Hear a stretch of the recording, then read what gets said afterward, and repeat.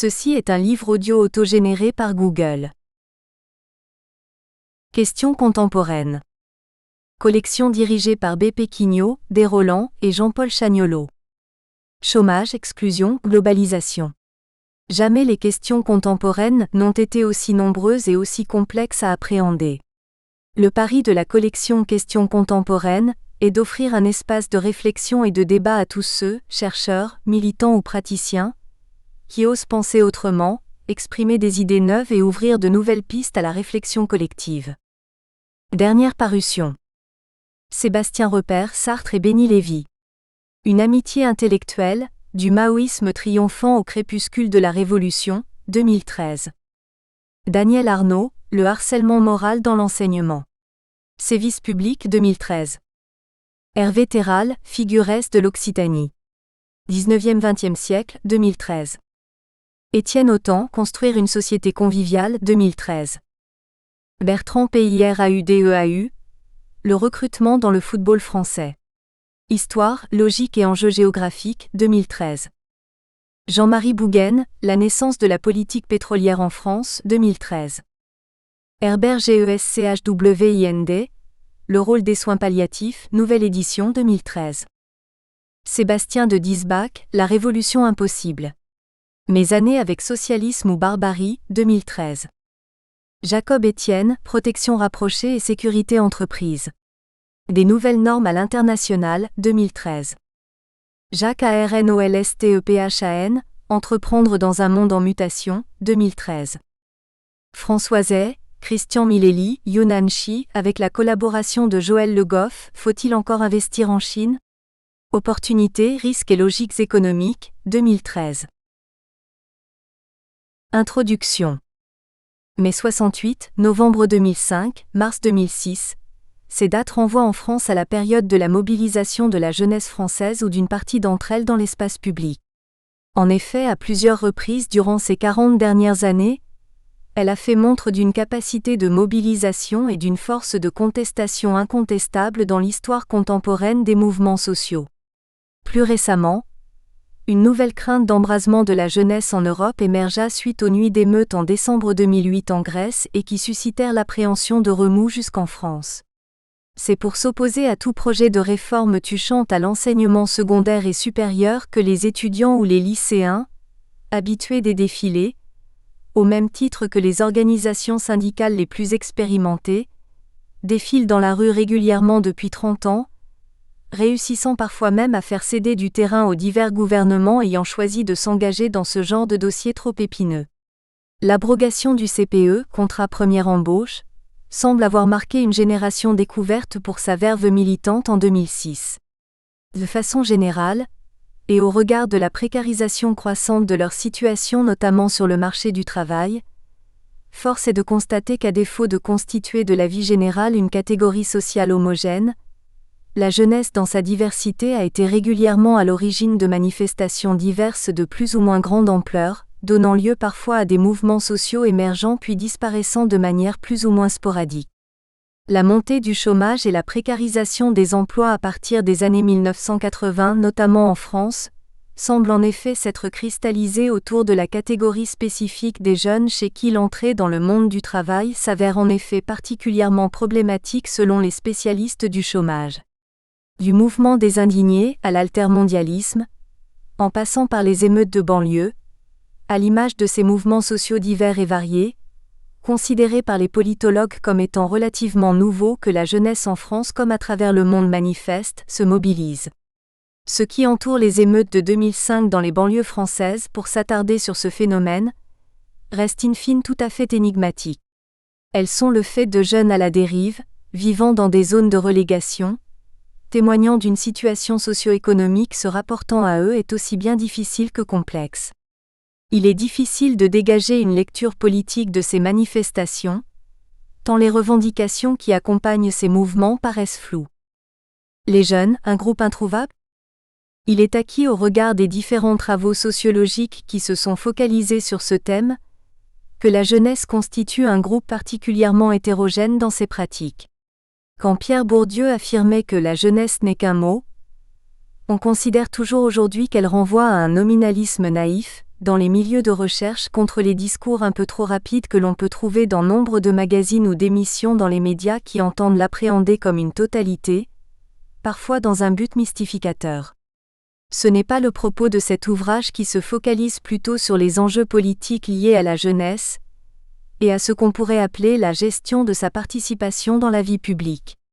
En atteste le livre vert pour une nouvelle politique en faveur de la jeunesse, présenté par Martin Hirsch le 6 juillet 2009, alors à peine nommé haut commissaire à la jeunesse.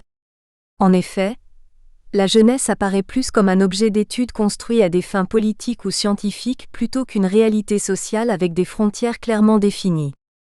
Avec le baby-boom et la massification scolaire qui est à l'œuvre à partir des années 1950 en France, la jeunesse commence en effet à susciter de premières interrogations si ce n'est des inquiétudes. Petit à petit, ce sont les médias en France qui identifient une sous-culture juvénile, contribuant alors largement à la façonner dans le même temps. Le sociologue Edgar Morin fut à ce titre l'un des premiers à s'être penché sur cette question émergente, dès les années 1960. Il l'aborde sous l'angle de la construction d'une culture musicale spécifique en pleine construction.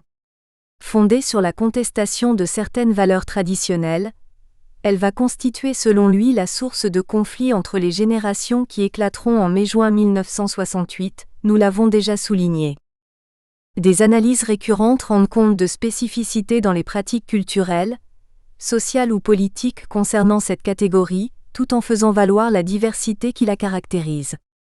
Respectivement, dans les années 1960 et 1970, l'opposition entre les loupards et babacool, punk et autonomes, traduisant la distinction entre jeunes ouvriers et petits bourgeois, fait écho aujourd'hui à la distinction entre les jeunes au sens général et les jeunes de banlieue, terme à la connotation beaucoup moins neutre. Ceux-ci sont d'ailleurs régulièrement opposés. On évoque ainsi durant les manifestations anti-CPE entre mars et avril 2006 une série d'incidents entre les jeunes opposés à ce nouveau dispositif, et les autres jouant le rôle de casseurs, au milieu de la foule en profond décalage avec l'enjeu du moment, un nouveau signe de leur manque d'intégration. On peut également en profiter pour rappeler que parmi les jeunes, autre signe de fracture au sein de la jeunesse, qu'il était possible de compter à cette période des manifestants favorables à cette mesure censée favoriser leur entrée sur le marché du travail, manifestant pour défendre cette mesure et partageant également une culture politique assez proche de celle du gouvernement de Villepin à l'origine de cette réforme. La jeunesse est donc hétérogène, y compris lorsqu'elle descend dans la rue. Cet exemple est l'un des derniers en date qui s'inscrit dans une longue lignée de mouvements sociaux en France, depuis mai 1968, rappelant en définitive la capacité de se mobiliser des jeunes ainsi que la portée parfois importante de ces revendications, même si leur intervention sur la scène publique s'avère ponctuelle le plus souvent. En écho à ces phénomènes, comme le montre Gérard Mauger, la sociologie de la jeunesse est cependant longtemps restée un domaine académiquement faible, épistémologiquement douteux et d'intérêt politique variable, du fait du caractère difficilement saisissable de cet objet d'étude. Aussi, on assiste depuis quelques années à un regain notable de l'intérêt porté par les jeunes pour la politique. C'est en tout cas le point du départ qui oppose Anne Muxel à Pascal Perrineau dans Les jeunes et la politique, 1996. Tour à tour présentés comme surpolitisés, puis apolitiques, ces auteurs soulignent la constance malgré ces mutations de la force politique majeure que constituent aujourd'hui les jeunes en France. Qu'en est-il finalement de la mobilisation des jeunes ? Le présenter systématiquement sous l'angle de la protestation et des manifestations suivant la conjoncture, ne relève-t-il pas finalement de la caricature ? Y a-t-il une place pour l'apprentissage du militantisme et de l'engagement dans un sens plus général, politique, associatif ? Il semblerait que l'on assiste aujourd'hui à l'apparition chez les nouvelles générations d'une autre forme de militantisme, le militantisme post-it, éphémère, tendance, incriminant directement les jeunes. L'individualisation de la société et le désenchantement idéologique poussent de plus en plus de gens à s'engager ponctuellement pour des causes précises et concrètes. Ces personnes se mobilisent selon leurs besoins et aspirations du moment, mais cette mobilisation ne s'inscrit pas forcément dans la durée. Les anciennes générations se sentaient partie prenante du parti politique, par exemple, qu'ils défendaient, se considérant comme des éléments permettant à la machine d'avancer. Les nouveaux militants ne s'engagent plus que pour les causes qui leur tiennent à cœur. Les spécificités idéologiques de chacun émergent, seules les causes correspondant aux idées et convictions personnelles et non plus à l'idéologie d'un groupe, sont défendues. Jacques Yon, auteur d'ouvrages comme L'engagement au pluriel en 2001 ou encore Militer aujourd'hui, 2005, ou encore montre qu'au-delà d'une crise du militantisme, on a affaire avant tout à une crise du modèle de militantisme. Celui-ci est affecté, comme bien d'autres pratiques sociales, par l'individuation, la rupture des allégeances durables, la demande d'autonomie, le jeu entre des appartenances multiples, l'affaiblissement des transmissions, le poids de la société du spectacle et la mise à distance de la politique instituée. On s'engage encore aujourd'hui, mais plus comme hier. Selon Valérie Becquet, la participation doit s'entendre comme l'influence exercée par des jeunes âgés de 15 à 25 ans sur les décisions prises par les autorités dans le cadre d'une structure reconnue par l'autorité, qu'elle en soit ou non à l'initiative. L'originalité de l'approche que suggère une telle définition est de reléguer au second rang voire d'exclure d'autres modalités de participation qui sont traditionnellement au cœur des préoccupations en sciences politiques. Ainsi sont écartées les consultations électorales, la fréquentation des partis politiques, des syndicats, des associations tandis que les actions protestataires sont clairement rejetées ici. Pour ce qui est des autres dispositifs éducatifs qui enseignent la citoyenneté, comme l'éducation populaire, à laquelle sera consacrée une part importante de notre étude, son propos est moins sectaire et plus tolérant. La portée locale de ces dispositifs est ainsi à privilégier selon elle, même si elle constate aujourd'hui une importante variété des répartitions territoriales des lieux de décision publique à travers les dispositifs nationaux, fédéraux et régionaux, en France comme dans la plupart des pays de l'Union européenne. Nous verrons cependant tout au long de notre propos qu'il reste difficile d'évaluer le degré effectif de participation des jeunes dans ces structures représentatives locales, où la consultation des jeunes n'est pas toujours avérée. D'après les dossiers du lien social dans un numéro spécial, le militantisme renvoie à une action de lutte, un combat. Il est un acte fort en vue du changement social, nécessitant une implication directe afin de mettre sur la voie de la guérison la part malade de la société. Cet engagement ne peut se mener qu'avec une conviction inébranlable. Un combat non pas seulement pour faire respecter les lois, mais pour les changer, les faire évoluer. Le militantisme est synonyme d'un engagement visible. Militer, c'est formaliser ses convictions, les rendre manifestes dans les activités quotidiennes. Il faut témoigner du souhait que l'on a d'améliorer la société par des démonstrations répétées et explicites. S'engager contre les injustices sociales, les dénoncer. Même si notre propos se focalisera essentiellement sur la participation des jeunes à la vie publique, des corrélats demeurent possibles avec les concepts de militantisme ou encore d'engagement car ils éclairent tous dans l'ensemble l'extrême diversité des formes que prend en définitive la participation des jeunes à la vie publique, que ce soit au niveau infra- ou supranational. Philippe Brault dans Sociologie politique, 1986, définit quant à lui la participation politique comme l'ensemble des activités collectives des gouvernés susceptibles de leur donner une influence sur le fonctionnement du système politique. Moins exclusive que celle évoquée précédemment, cette définition nous permet ainsi d'élargir notre appréhension du répertoire des actions collectives, caractéristique des jeunes depuis ces 40 dernières années notamment.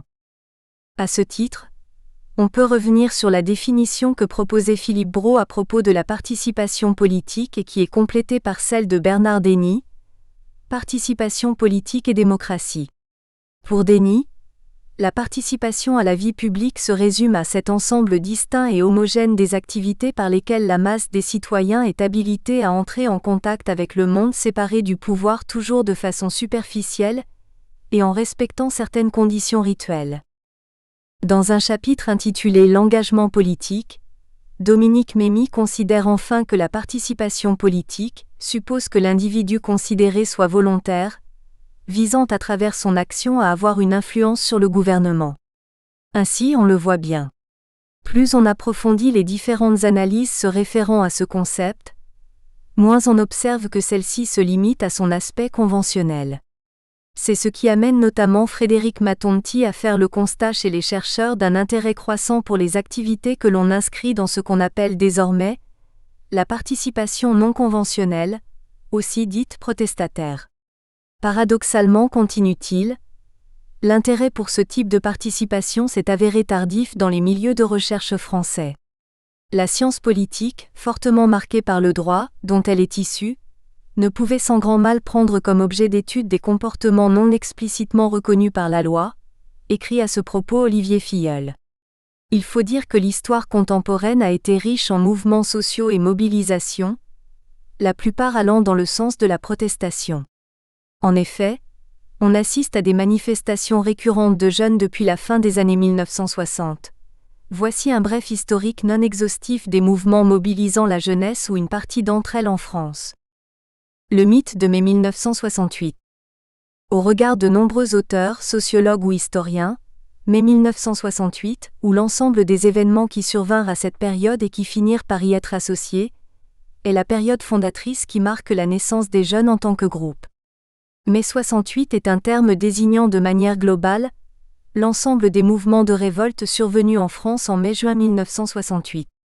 Ces événements constituent une période et une césure marquante de l'histoire contemporaine française, caractérisée par une vaste révolte spontanée, de nature à la fois culturelle, sociale et politique, voire philosophique, dirigée contre la société traditionnelle, le capitalisme, l'impérialisme et plus immédiatement contre le pouvoir gaulliste en place. Enclenchée par une révolte de la jeunesse étudiante parisienne, puis gagnant le monde ouvrier et pratiquement toutes les catégories de population sur l'ensemble du territoire, elle reste le plus important mouvement social de l'histoire de France du XXe siècle. Les événements superposèrent essentiellement un mouvement étudiant et un mouvement ouvrier, tous deux d'exceptionnelle ampleur. Dans cette vaste mobilisation au départ ouvrière, puis suivie par des étudiants, il ne faut pas sous-estimer une partie active du mouvement qui revendiqua notamment la libéralisation des mœurs, et au-delà, contesta la vieille université, la société de consommation, le capitalisme et la plupart des institutions et valeurs traditionnelles. Explosion souvent confuse et complexe, parfois violente, plus souvent encore ludique et festive, mai 68 apparaît comme un moment d'illusion révolutionnaire lyrique, de foi ardente et utopique en la possibilité d'une transformation radicale de la vie et du monde. Ce que refléta notamment une prolifération de graffitis et de slogans imaginatifs, le plus connu demeurant le fameux « Il est interdit d'interdire ». Parfois qualifié de « révolution manquée », et malgré le large recours à la rhétorique et aux symboles des révolutions françaises précédentes, avec des barricades et autres drapeaux rouges et noirs qui permirent à des personnalités comme Daniel Cohn-Bendit de s'illustrer, mai 68 ne vit en réalité aucune volonté de conquête illégale du pouvoir ni de dérapage vers la guerre civile. Le mai français s'inscrit par ailleurs dans un ensemble d'événements dans les milieux étudiants et ouvriers d'un grand nombre de pays. Il ne se comprend pas sans ce contexte d'ébullition générale de part et d'autre du rideau de fer, notamment en Allemagne, en Italie, aux États-Unis, au Japon, au Mexique et au Brésil, sans oublier la Tchécoslovaquie du printemps de Prague ou la Chine de la révolution culturelle. Mai 68 ne se comprend que dans un monde en rapide mutation. L'accélération de l'exode rural et de l'urbanisation, l'augmentation considérable du niveau de vie, la massification de l'éducation nationale et de l'université, l'avènement de la culture des loisirs, du spectacle et des masses médias, représentent des changements accélérés et sans précédent en moins d'une génération. Les années 1960 sont aussi celles de l'affirmation de la jeunesse en tant que catégorie socio-culturelle et politique à part entière. En particulier, la jeunesse a maintenant sa propre culture, avec une presse qui lui est destinée, des émissions de radio très suivies, Salut les copains, ou ses chanteurs attitrés, les Beatles, les Rolling Stones, Johnny Hallyday, etc. Elle a aussi ses propres malaises et ses propres revendications, notamment en matière de liberté sexuelle, que les pouvoirs publics et le monde adulte tardent à comprendre. Sur le plan religieux, la France, encore très catholique, vient de suivre avec passion le Concile de Vatican II, qui a profondément rénové mais aussi ébranlé le catholicisme traditionnel et surtout les mouvements d'action catholique. En particulier, les scouts de France représentant à l'époque une part non négligeable des jeunes chrétiens, ont modifié les rapports hiérarchiques dans leur structure, remettant en cause à partir de 1964 un modèle de type militaire et introduisant la collégialité des décisions au sein des équipes. La jeunesse étudiante chrétienne en ébullition doit être reprise en main par la hiérarchie dès 1964. Le mouvement des prêtres ouvriers, dont la condamnation est levée en 1965, reprend son essor. Beaucoup de chrétiens se préoccupent de rénover les relations des fidèles aux autorités religieuses, de revisiter les pratiques et les dogmes, voire de réconcilier foi et révolution. Sur le plan sociologique, la dynamique de groupe s'est répandue pendant les années 1960 dans les formations des responsables de toutes les organisations et des entreprises. La mode s'int au débat. La marche des beurs, l'irruption de la diversité dans les débats.